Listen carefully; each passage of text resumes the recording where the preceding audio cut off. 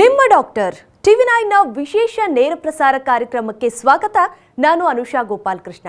ಒತ್ತಡದ ಜೀವನ, ಬದಲಾಗುತ್ತಿರುವ ಜೀವನ ಶೈಲಿ, ಜನರಿಗೆ ನೂರಾರು ಆರೋಗ್ಯ ಸಮಸ್ಯೆ, ಯಾವ ಸಮಸ್ಯೆಗೆ ಯಾವ ಚಿಕಿತ್ಸೆ ಅನ್ನೋದೇ ದೊಡ್ಡ ಚಿಂತೆ.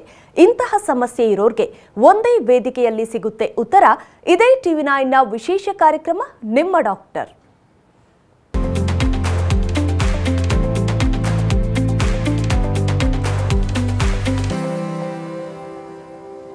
ತಮ್ಮ ನಂತರ ತಮ್ಮ ವಂಶವನ್ನ ಮುಂದುವರಿಸಲು ವಾರಸುದಾರರೊಬ್ಬರು ಬೇಕು ಅನ್ನೋದು ಪ್ರತಿಯೊಂದು ದಂಪತಿಯ ಕನಸು. ಆದರೆ ಆಧುನೀಕರಣದ ದುಷ್ಪರಿಣಾಮ ಹಾಗೂ ಇಂದಿನ ಜೀವನ ಶೈಲಿಯಿಂದಾಗಿ ಅದೆಷ್ಟೋ ಮಂದಿ ಸಂತಾನ ಭಾಗ್ಯವಿಲ್ಲದೆ ನೋವು ಅನುಭವಿಸ್ತಿರ್ತಾರೆ. ಕಂಡ ದೇವರಿಗೆ ಹರಕೆ ಹೊತ್ತು ಒಂದು ಮುದ್ದಾದ ಮಗುವನ್ನ ಹೆತ್ತು ಸುಖ ಜೀವನ ನಡೆಸೋದಕ್ಕೆ ಹವಣಿಸ್ತಿರ್ತಾರೆ. ಪ್ರಸ್ತುತ ವೈದ್ಯಕೀಯ ಜಗತ್ತಿನಲ್ಲಿ ಇಂಥ ಸಮಸ್ಯೆಗಳಿಗೆ ಸೂಕ್ತ ಪರಿಹಾರಗಳಿದ್ರೂ ಕೂಡ ಇದಕ್ಕೆ ಸಂಬಂಧಿಸಿದ ಮಾಹಿತಿ, ವಿಚಾರಗಳ ಕೊರತೆ ಇದೆ. ಬಂಜೆತನದಿಂದ ಕೀಳರಿಮೆಗೆ ಒಳಗಾಗಿ ಖಿನ್ನರಾಗ್ತಾರೆ. ಆದರೆ IVF ಮೂಲಕ ಮಕ್ಕಳನ್ನ ಪಡಿಬಹುದು. ಕೆಲವೊಮ್ಮೆ IVF ಕೂಡ ಫೇಲ್ ಆದ್ರೂ ಅದಕ್ಕೆ ಬೇರೆ ಮಾರ್ಗಗಳಿದೆ. ಆಗ ಮುಂದೇನ್ ಮಾಡೋದು? ಯಾವ ಚಿಕಿತ್ಸೆ ಪಡೆದುಕೊಳ್ಬೇಕು? ಇದೆಲ್ಲದರ ಬಗ್ಗೆ ಮಾಹಿತಿ ಕೊಡೋದಕ್ಕೆ ಇವತ್ತು ನಮ್ಮ ಜೊತೆ ಇದ್ದಾರೆ ಡಾಕ್ಟರ್ ಕಾಮಿನಿ ರಾವ್ ಹಾಸ್ಪಿಟಲ್ ಬೆಂಗಳೂರಿನಲ್ಲಿ ವೈದ್ಯರಾಗಿರುವಂತಹ ಡಾಕ್ಟರ್ ವೈಷ್ಣವಿ ಎ ರಾವ್ ಅವರು. ಡಾಕ್ಟರ್ ನಮಸ್ತೆ, ಕಾರ್ಯಕ್ರಮಕ್ಕೆ ಸ್ವಾಗತ. ನಿಮಗೆ ನಮಸ್ಕಾರ. ಡಾಕ್ಟರ್, ಇತ್ತೀಚಿನ ದಿನಗಳಲ್ಲಿ ಇನ್ಫರ್ಟಿಲಿಟಿ ಅನ್ನೋದು ಹೆಚ್ಚಾಗಿ ಕಾಡ್ತಾ ಇದೆ. ಸಾಕಷ್ಟು ಜನಕ್ಕೆ ಅಂದರೆ ಈ ಒಂದು ಕಂಡೀಷನ್ ತುಂಬಾನೇ ಕಾಮನ್ ಆಗಿಬಿಟ್ಟಿದೆ. ಯಾತಕ್ಕಾಗಿ ಇನ್ಫರ್ಟಿಲಿಟಿ ಸಮಸ್ಯೆ ಹೆಚ್ಚಾಗಿದೆ ಅಂತ ನೀವು ಹೇಳೋದಾದ್ರೆ? ಸೊ ಬಂಜೆತನ ಅನ್ನೋದು ಇನ್ಫರ್ಟಿಲಿಟಿ ಅನ್ನೋ ಒಂದು ಸಾಮಾಜಿಕ ಸಮಸ್ಯೆ. ಅದು 1 ವರ್ಷದ ಕಾಲ ಮಕ್ಕಳಿಗೆ ಟ್ರೈ ಮಾಡಿ ಗರ್ಭ ನಿರೋಧಕ ವಸ್ತುವನ್ನು ಉಪಯೋಗಿಸದೆ ಮಕ್ಕಳು ಆಗದೇ ಇದ್ದಾಗ ಅದು ಇನ್ಫರ್ಟಿಲಿಟಿ ಅಂತ ಹೇಳ್ತೀವಿ. ಈ ದಿನಗಳು ನಾವು ಅದನ್ನು ಜಾಸ್ತಿಯನ್ನು ನೋಡ್ತಾ ಇದ್ದೀವಿ. ಒಂದು ಹೆಂಗಸರ ಸಮಸ್ಯೆನೇ ಜಾಸ್ತಿ ಇದೆ, ಗಂಡಸರಿಗೆ ಏನು ಪ್ರಾಬ್ಲಮ್ ಇಲ್ಲ, ಅಥವಾ ಓವರ್ ಇನ್ವೆಸ್ಟಿಗೇಟ್ ಮಾಡೋದು ಗಂಡಸರಿಗೆ ಇನ್ವೆಸ್ಟಿಗೇಟ್ ಮಾಡದೇ ಇರೋದು. ಸೊ ಈ ಕೆಲವು ಕಾರಣಗಳಿವೆ. ಒಂದು ಈ ಅಂಡಾಶಯದಿಂದ ಕಾರಣಗಳಿವೆ, ಗರ್ಭಾಶಯದಿಂದನೂ ಕಾರಣಗಳಿವೆ, ಅಥವಾ ನಲ್ಲಿ ಟ್ಯೂಬಲ್ ಬ್ಲಾಕೇಡ್ ಅಂತ ಏನು ಹೇಳ್ತೀವೋ ಅದರಿಂದನೂ ಕಾರಣ ಇದೆ. ಮತ್ತು ಇನ್ನೊಂದು ಇಂಪಾರ್ಟೆಂಟ್ ಜಾಸ್ತಿ ನೋಡ್ತಾ ಇರೋದು ಏನಂದರೆ ಈ ಗಂಡಸರದು ವೀರ್ಯಾಣು ಸಮಸ್ಯೆ. ಅದು ಲೋ ಕೌಂಟ್ಸ್ ಅಂತ ಏನು ಹೇಳ್ತೀವಿ, ನಾರ್ಮಲ್ ಮಾರ್ಫಾಲಜಿ ಅಂತ ಏನು ಹೇಳ್ತೀವಿ, ಅದು ಕಮ್ಮಿ ಆಗ್ತಾ ಇದೆ.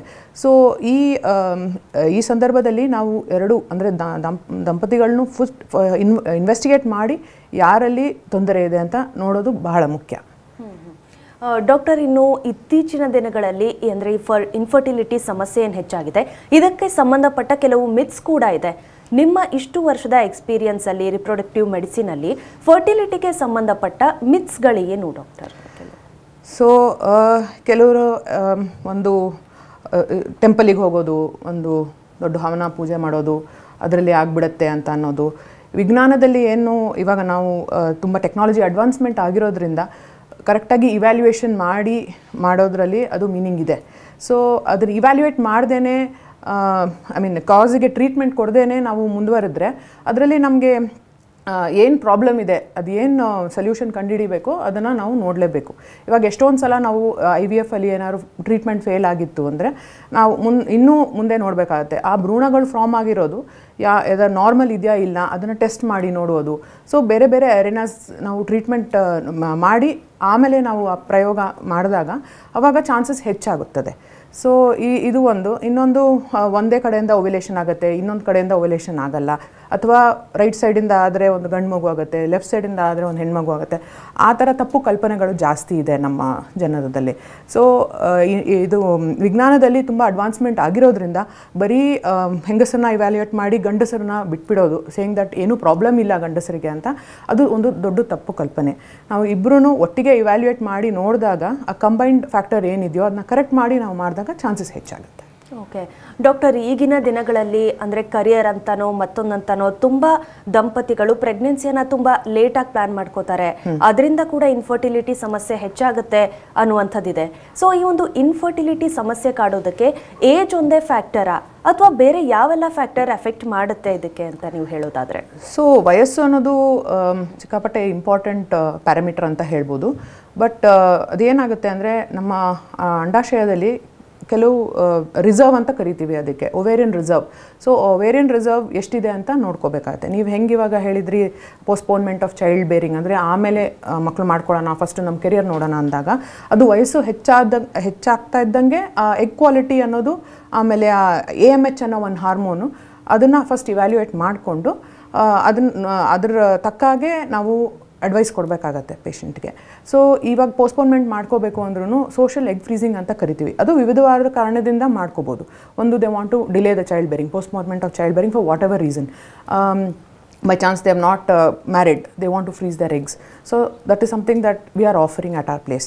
So ee egg freezing alli eno idandre, we can see that the egg will the age of the egg, like you said, age jasti aagta iddange we should have that thing to say that the younger the age of the person, always better the chances with pregnancy. Okay doctor, ಇನ್ನು ನೀವು ಹೇಳ್ದಂಗೆ ಈಗ ಒಂದು age ಮಾತ್ರವಲ್ಲದೆ ಇನ್ನು ಜೀವನ ಶೈಲಿ ಏನಿದೆ, ಬರೀ ಇನ್ಫರ್ಟಿಲಿಟಿಗಂತಲ್ಲ, ತುಂಬ ಓವರ್ ಆಲ್ ಆಗಿ ಈಗಿನ ದಿನಗಳಲ್ಲಿ ಹೆಲ್ತ್ ಮೇಲೆ ತುಂಬ ಎಫೆಕ್ಟ್ ಮಾಡ್ತಾ ಇದೆ. ಸೊ ಜಾಸ್ತಿ ಫರ್ಟಿಲಿಟಿಯನ್ನು ಮೇಂಟೈನ್ ಮಾಡ್ಕೊಳ್ಳೋದಕ್ಕೆ ಲೈಫ್ ಸ್ಟೈಲ್ ಯಾವ ರೀತಿ ಆಗಿರಬೇಕು? ಡಯಟ್ ಆಗಿರಬಹುದು, ಅಥವಾ ಸ್ಲೀಪ್ ಡಿಪ್ರಿವೇಷನ್ ಕೂಡ ಈ ದಿನಗಳಲ್ಲಿ ಜಾಸ್ತಿ ಆಗಿದೆ. ಸೊ ಎಕ್ಸಸೈಸ್ ಇದೆಲ್ಲ ಮಾಡೋದ್ರಿಂದ ಇನ್ಫರ್ಟಿಲಿಟಿ ಸಮಸ್ಯೆ ಕಡಿಮೆ ಆಗುತ್ತಾ? ಸೊ ಇದೆಲ್ಲ ಫ್ಯಾಕ್ಟರ್ಸ್ ವಿಲ್ ಡೆಫಿನೆಟ್ಲಿ ಎಫೆಕ್ಟ್ ಅಂತ ಹೇಳ್ಬೋದು. ಅದು ಲೈಫ್ ಸ್ಟೈಲ್ ಮತ್ತು ಈ ವ್ಯಾಯಾಮ ಮಾಡೋದು ಅಥವಾ ಯೋಗ, ಮೆಡಿಟೇಷನ್ನು ಅದೆಲ್ಲ ಮಾಡೋದ್ರಿಂದ, ಸ್ಟ್ರೆಸ್ ಲೆವೆಲ್ಸ್ ಕಮ್ಮಿ ಮಾಡ್ಕೊಳ್ಳೋದ್ರಿಂದ the treatment chances are even naturally conceiving ಅದು ಸ್ವಲ್ಪ ಜಾಸ್ತಿ ಹೆಚ್ಚಾಗುತ್ತದೆ.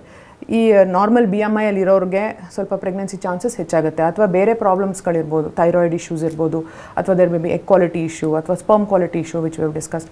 ಸೊ ಈ ಥರ ನಾವು ಒಂದೊಂದಾಗಿ we have to tick off and then say ಯಾವುದ್ರಲ್ಲಿ ಪ್ರಾಬ್ಲಮ್ ಇದೆ, ಅದಕ್ಕೆ ಯಾವ ಥರ ಪರಿಹಾರ ಕೊಡಬೇಕು ಅದು ಮಾಡಿದಾಗ ಟ್ರೀಟ್ಮೆಂಟ್ ಸಕ್ಸಸ್ ರೇಟ್ ಜಾಸ್ತಿ ಆಗುತ್ತೆ. ಎಸ್ ಡಾಕ್ಟರ್, ಈಗ ಒಬ್ರು ಕಾಲರ್ ರೆಡಿ ಇದ್ದಾರೆ, ಮಾತನಾಡಿಸೋಣ. ವಿಮಲಾ ಅಂತ ಕರೆ ಮಾಡಿದ್ದಾರೆ. ನಮಸ್ತೆ ವಿಮಲಾ ಅವರೇ. ನಮಸ್ತೆ ಅಮ್ಮ. ನಮಸ್ತೆ. ಡಾಕ್ಟರ್ ಇದ್ದಾರೆ, ನಿಮ್ಮ ಪ್ರಶ್ನೆಯನ್ನ ಕೇಳಿಮ್ಮ. ನಮ್ಮ ಸೊಸೆ ಬಗ್ಗೆ ಕೇಳಬೇಕಾಗಿತ್ತು. ಕೇಳಿ.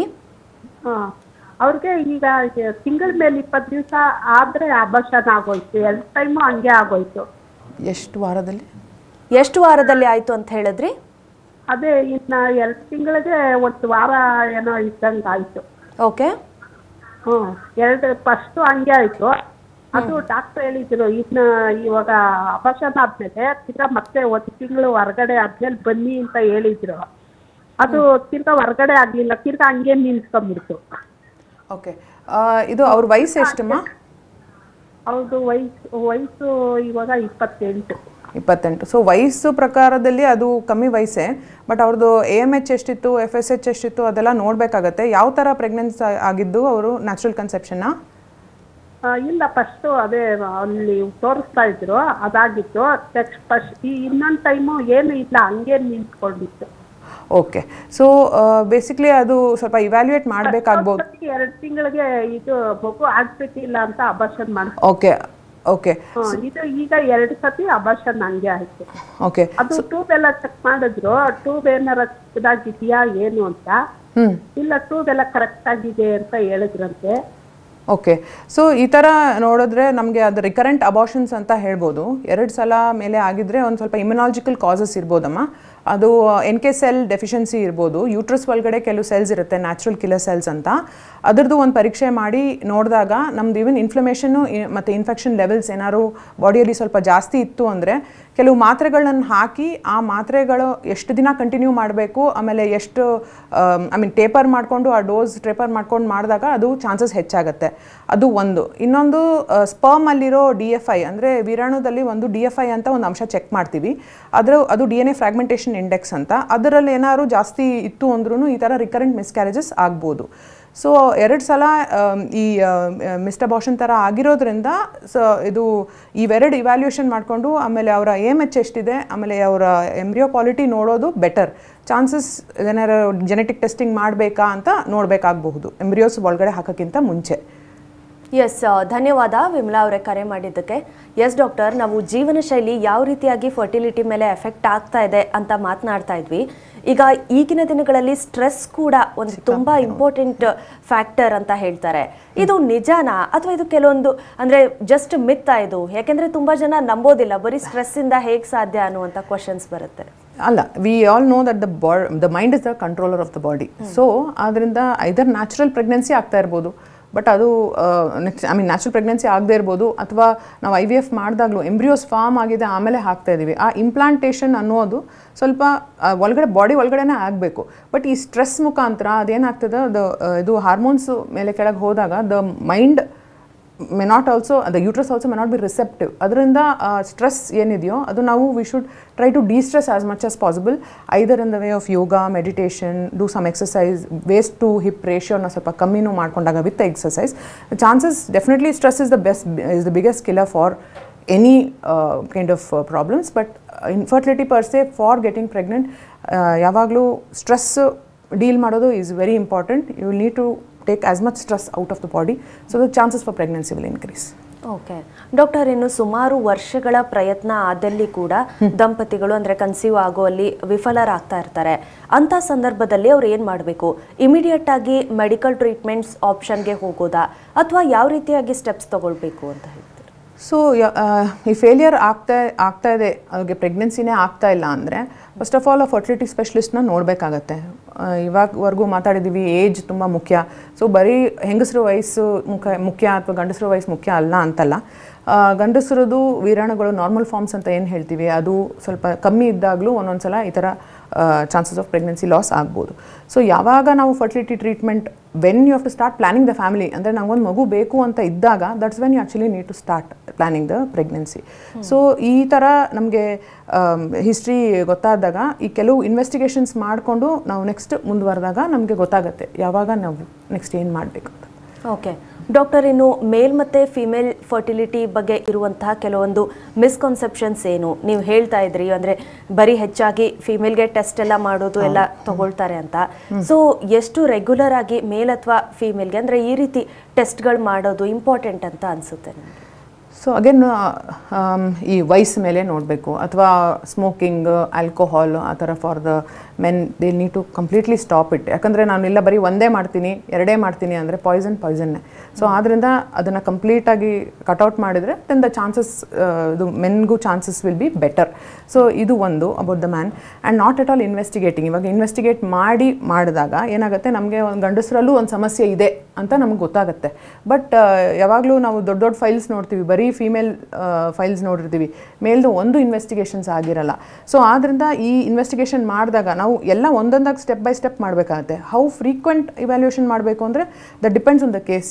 ಎಂಥ ಫೇಲಿಯರ್ಸ್ ಆಗಿದೆ, ಯಾವ ಟ್ರೀಟ್ಮೆಂಟ್ ತೊಗೊಂಡಿದ್ದಾರೆ. Usually these investigations are valid up to about 6 months. Based on that we will have to repeat the test to see. Okay doctor, ಇನ್ನು ಈ ಇನ್ಫರ್ಟಿಲಿಟಿಗೆ ಚಿಕಿತ್ಸೆಗಳ ಬಗ್ಗೆ ನಾವು ಮಾತಾಡೋದಾದರೆ ಮುಖ್ಯವಾಗಿ IVF ಅಂತೆಲ್ಲ ಬಂದಾಗ ಇದರ ಪ್ರೊಸೀಜರ್ ಯಾವ ರೀತಿಯಾಗಿರುತ್ತೆ ನಿಮ್ಮ ಆಸ್ಪತ್ರೆಯಲ್ಲಾಗಿರ್ಬೋದು? ಮತ್ತೆ ಜೊತೆಗೆ ನೀವು ಹೇಳ್ತಾ ಇದ್ರಿ ಈಗ ಎಗ್ಗನ್ನ ಸೇವ್ ಮಾಡಿ ಇಟ್ಕೊಂಡು ಆಮೇಲೆ ಅಂದರೆ ಆ ರೀತಿ ಆಪ್ಷನ್ ಇದೆ ಅಂತ.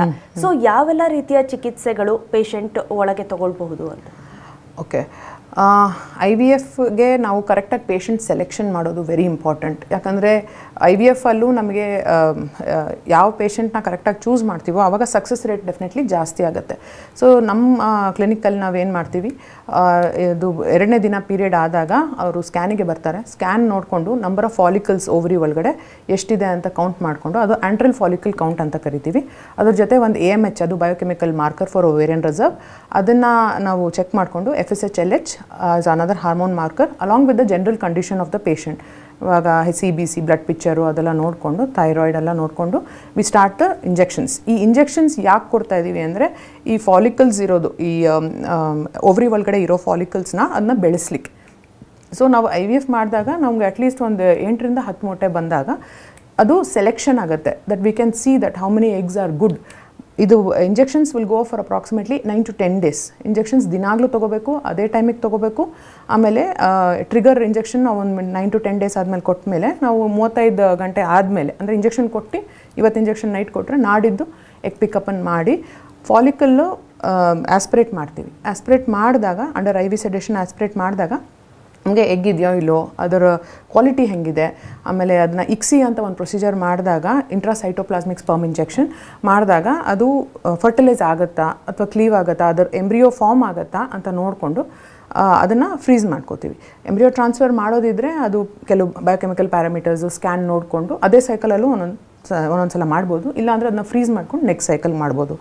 ಅಥವಾ ಈ ಥರ ಕೇಸ್ ಡಿಸ್ಕಸ್ ಮಾಡಿದ್ರಲ್ಲ ವಿಮಲಾ ಅವರು, ಎಂಬ್ರಿಯೋ ಟೆಸ್ಟಿಂಗ್ ಏನಾದ್ರು ಬೇಕಾ, ಸೊ ಅದನ್ನು ಬ್ಲಾಸ್ಟೋಸಿಸ್ಟ್ ಅಂದರೆ ಡೇ 5 ಎಂಬ್ರಿಯೋ ತನಕ ತೊಗೊಂಡು ಹೋಗಿ ಅದನ್ನ ಟೆಸ್ಟ್ ಮಾಡಿಕೊಂಡು ಆಮೇಲೆ ಹಾಕಬೇಕು. ಇನ್ನೊಂದು ಕಾಸ್ ಇರ್ಬೋದು, ಇದು ಇಮ್ಯುನಾಲಜಿಕಲ್ ಕಾಸ್, ನಾನು NK ಸೆಲ್ ಬಗ್ಗೆ ಮಾತಾಡಿದ್ದೀನಿ, ಸೊ ಅದ್ರ ಬಗ್ಗೆನೂ ಇರ್ಬೋದು.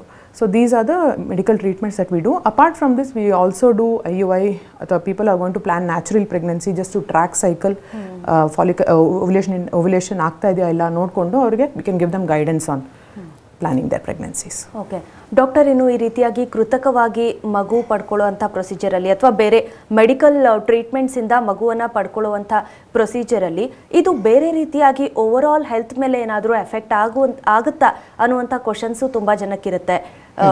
ಅದು ಪೇಷಂಟ್ ಆಗಿರ್ಬೋದು ಅಥವಾ ಮುಂದೆ ಮಕ್ಕಳ ಮೇಲಾದರೂ ಏನಾದರೂ ಬೇರೆ ರೀತಿಯಾದ ಎಫೆಕ್ಟ್ಸ್ ಆಗುತ್ತಾ ಅನ್ನುವಂಥದ್ದು, ಸೊ ಅದರ ಬಗ್ಗೆ ಹೇಳೋದು. ಈ ನೀವು ಕೇಳಿರೋ ಪ್ರಶ್ನೆ, ಇವಾಗ ನಮಗೆ ಇಷ್ಟು ವರ್ಷಗಳಿಂದ ಮಕ್ಕಳು ಹುಟ್ಟಿದ ಮೇಲೆ ಏನು ಪರಿಣಾಮ ಆಗಿದೆ ಅವ್ರಿಗೆ, we have a general follow up of them, but until ನಾವು we have got no problems.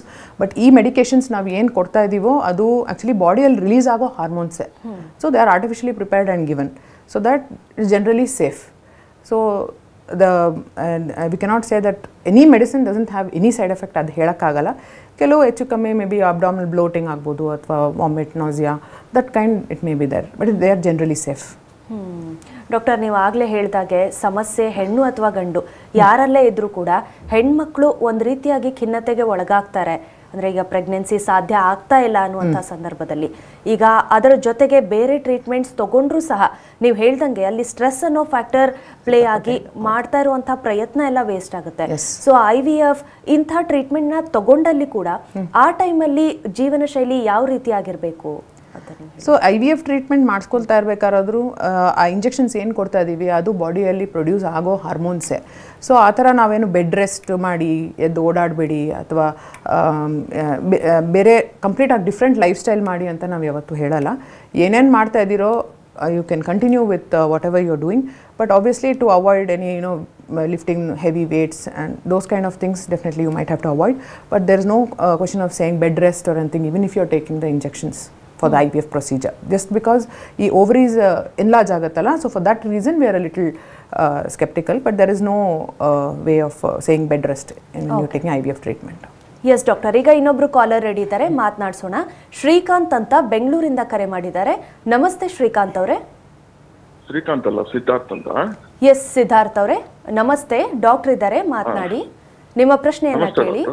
ನಮಸ್ತೆ. ನಮಸ್ತೆ ಡಾಕ್ಟರ್. ನಮಸ್ತೆ. ಆಕ್ಚುಲಿ ನಿಮ್ಮ ಪ್ರೋಗ್ರಾಮ್ ನೋಡ್ತಾ ಇದ್ದೆ, ಅದು ನೀವು ಹೇಳ್ತಾ ಇದ್ರಿ ಗಂಡಸರು ಹೆಂಗಸರು ಇಬ್ರು ಟೆಸ್ಟ್ ಮಾಡಿಸ್ಬೇಕು ಅಂತ. ಮದುವೆಗಿಂತ ಮುಂಚೆ ಏನಾದ್ರು ಟೆಸ್ಟ್ ಮಾಡಿಸ್ಬೇಕಾದ್ರ? ಸೊ ಮದುವೆಗಿಂತ ಮುಂಚೆ ಕೆಲವ್ರು ಬರ್ತಾರೆ ಟೆಸ್ಟ್ ಮಾಡಿಸ್ಕೊಳ್ಳಿಕ್ಕೆ. ಸೊ ಯಾವ ಥರ ಅಂದರೆ ಇವಾಗ ಬೈ ಚಾನ್ಸ್ ಅವ್ರಿಗೆ ಸ್ಪರ್ಮ್ ಪ್ರೊಡಕ್ಷನ್ ಅಂದರೆ ಸ್ಪರ್ಮ್ ಕೌಂಟ್ ಎಷ್ಟಿದೆ, ಅಥವಾ if they are taking any medications for maybe say for epilepsy or any other treatment if they are taking, so ಆ ಸ್ಪರ್ಮ್ ಕೌಂಟ್ ಮೇಲೆ ಪರಿಣಾಮ ಬಿದ್ದಿದೆಯಾ ಇಲ್ಲ, ಆದ್ದರಿಂದ ಟೆಸ್ಟ್ ಮಾಡ್ಬೋದು. ಅಥವಾ there have been many patients who have come to just see whether what is their sperm count. It's not a complete indication to test. Okay, S ಧನ್ಯವಾದ ಕರೆ ಮಾಡಿದ್ದಕ್ಕೆ. ಎಸ್ ಡಾಕ್ಟರ್, ಮೇಲ್ ಫರ್ಟಿಲಿಟಿ ಅಂತಾನೆ ಬಂದಾಗ ಈ IVF ಆಗಿರ್ಬೋದು ಅಥವಾ ಬೇರೆ ರೀತಿ ಟ್ರೀಟ್ಮೆಂಟ್ಸ್ ಯಾವ ರೀತಿ ರೋಲನ್ನು ಪ್ಲೇ ಮಾಡುತ್ತೆ ಅಂತ ಹೇಳೋದಾದ್ರೆ? IVF ಅನ್ನೋದು ಎಸ್ IVF ಅಲ್ಲಿ ಅಂತಂದರೆ ಯಾವ ರೀತಿಯಾಗಿ ಮೇಲ್ ಫರ್ಟಿಲಿಟಿಗೆ ಎಫೆಕ್ಟ್ ಆಗುತ್ತೆ ಅಂತ ಹೇಳಿ, ಮೇಲ್ ಫರ್ಟಿಲಿಟಿಗೆ ಯಾವ ರೀತಿಯಾಗಿ ಚಿಕಿತ್ಸೆಗಳು ಏನಿದೆ? ಓಕೆ, ಸೊ ಈ ಮೇಲ್ ಫ್ಯಾಕ್ಟರ್ ಅನ್ನೋದು ಸಮ್ಟೈಮ್ಸ್ ಒಂದೊಂದ್ಸಲ ಅನಿಸುತ್ತೆ ದಟ್ ದ ಫೀಮೇಲ್ಸ್ ಆರ್ ಸ್ವಲ್ಪ ಜಾಸ್ತಿ ಇವ್ಯಾಲ್ಯೂಯೇಟ್ ಆಗಿರ್ತಾರೆ. ಮೇಲ್ ಫ್ಯಾಕ್ಟರಲ್ಲಿ ಒಂದು ಅಂಶ ನಾರ್ಮಲ್ ಮಾರ್ಫಾಲಜಿ ಅಂತ ಏನು ಹೇಳ್ತೀವೋ, ಈ ಟೆಸ್ಟಿಸಿಂದ ಸ್ಪರ್ಮ್ಸ್ ಪ್ರೊಡಕ್ಷನ್ ಆದಾಗ ಅದು ಒಂದು 2 to 3 months cycle. So 2 to 3 month ಸೈಕಲಲ್ಲಿ ಏನಾಗುತ್ತೆ, the sperm production in the testis that changes. So each time the count morphology ಅಂತ ಏನು ಕರಿತೀವೋ ಸೆಮೆನ್ ಅನಾಲಿಸಿಸಲ್ಲಿ ಅದು ಚೇಂಜ್ ಆಗುತ್ತೆ. ಸೊ ಆದ್ದರಿಂದ ಆ count motility, morphology and rapid motility ನೋಡಿಕೊಂಡು we will have to treat. So ಏನು treatments available ಇದೆ, ಒಂದು ಆ್ಯಂಟಿ ಆಕ್ಸಿಡೆಂಟ್ಸ್ ಕೊಡ್ತೀವಿ. ಆ್ಯಂಟಿ ಆಕ್ಸಿಡೆಂಟ್ಸ್ ಅಂದರೆ it is just vitamins. So ಅದು ಡ್ರಾಸ್ಟಿಕ್ಕಾಗಿ ಇಂಪ್ರೂವ್ ಆಗುತ್ತಾ, ಅದ್ರಲ್ಲಿ ಕಂಪ್ಲೀಟಾಗಿ ಸ್ಪರ್ಮ್ ಕೌಂಟ್ ಇಂಪ್ರೂವ್ ಆಗುತ್ತಾ, ಅದು ಹೇಳೋದು ಕಷ್ಟ. ಒಂದೊಂದು ಸಲ ನಾವು ಬರೀ ಟ್ಯಾಬ್ಲೆಟ್ಸ್ ಕೊಟ್ಟು maybe we might have to repeat the analysis about maybe 2 or 3 months later analysis repeat ಮಾಡಿಕೊಂಡು ಅದರ ಮೇಲೆ ಪರಿಣಾಮ ಬಿದ್ದಿದೆಯಾ, ಬರೀ ಮೊಟಿಲಿಟಿ ಪ್ಲಸ್ ಮೈನಸ್ ಆಗ್ಬೋದು when it comes to giving medications. But ತೀರಾ ಕಮ್ಮಿ ಇತ್ತು ಅಂದರೆ ವ್ಯಾರಿಕೋಸೀಲ್ ಅಂತ ಒಂದಿದೆ, ಅದನ್ನು ನಾವು ಚೆಕ್ ಮಾಡಿಸ್ಬೇಕಾಗತ್ತೆ. ಸೊ ಗಂಡಸರಿಗೆ ಮೇಲ್ ಡಾಕ್ಟರ್ ಹತ್ರ ಇವ್ಯಾಲ್ಯೂಯೇಟ್ ಮಾಡಿಸಿ ಅದನ್ನು ಪ್ರಾಬ್ಲಮ್ ಇತ್ತು ಅಂದರೆ ಗ್ರೇಡ್ಸ್ ಬರುತ್ತೆ ಅದರಲ್ಲಿ, may be grade 3, grade 4 and all will require surgical correction before we plan the next process. So this is one thing. Apart from that, lifestyle, diet modifications, any smoking, alcohol, caffeine consumption, these are some things you have to take into control. Yes, thank you so much doctor. ಇಷ್ಟೊತ್ತು ಸಾಕಷ್ಟು ಮಾಹಿತಿಯನ್ನು ಹಂಚ್ಕೊಂಡ್ರಿ ನಮ್ಮ ಜೊತೆ. ಧನ್ಯವಾದ ನಿಮಗೆ. Thank you. S, ಇನ್ನು ಡಾಕ್ಟರನ್ನ ನೇರವಾಗಿ ಭೇಟಿ ಮಾಡೋದಕ್ಕೆ ಅಡ್ರೆಸ್ ಪ್ಲೇಟ್ ಇಂತಿದೆ.